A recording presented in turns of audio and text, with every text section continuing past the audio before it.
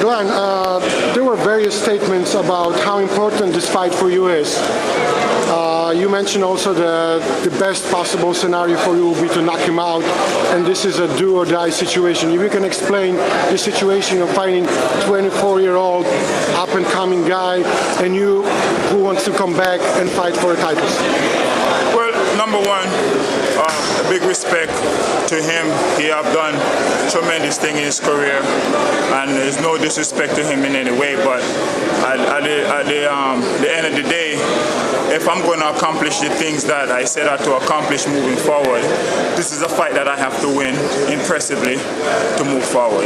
If I can't win this fight impressively, then it would make sense, because I'm not going to achieve the things that I'm setting out to achieve. So that's the reason why I make the statement I make.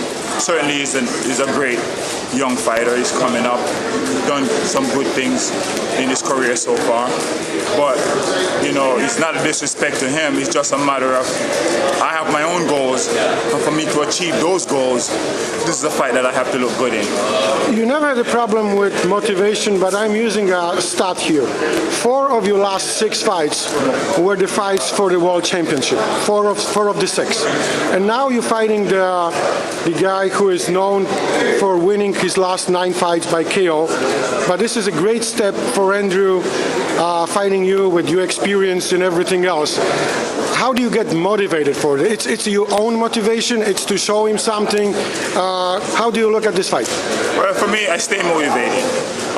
You know, so for me, I guess, you know, like I said, I have things that I'm still trying to achieve. I hold myself at a high level that I need to go out and achieve those things. So it would be very disappointing to me if I overlook this guy, don't take him with the seriousness that I should take him with. You know, every fight that I go into, I look at that man as the baddest man walking. That's how I prepare myself. So when I get in the ring, I'm ready for whatever. You understand? So that is how I approach this fight.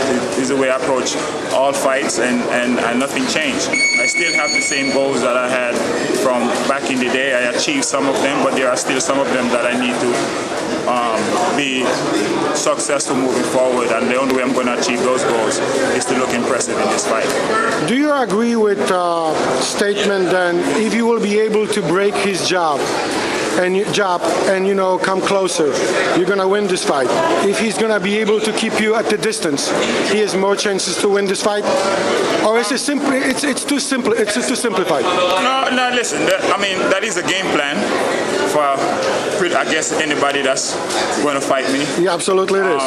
But at the end of the day, my job is to win the fight from the outside, from the inside, any place I'm at. The key is not get hit and to hit. That's what I'm working on. Those are the things that I'm trying to improve on, because I've not done those things successfully the last couple of fights. So I need to get better at those things, and I believe I've done that over the last 6 months. Glenn, the last one. What is the most impressive thing about Andrew Fonfara? I'm sure you watched a lot of tapes, watch his fights. If you can single out just one thing that you have to be aware of, what will it be? Well, I don't know if I have to be aware of it, but the one thing that I like about him, he's aggressive.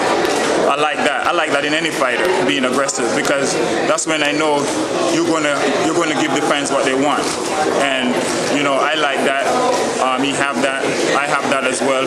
So I believe that's set up for a tremendous fight. And I don't think anybody who's a fight fan want to miss the fight, because it's going to be a great fight.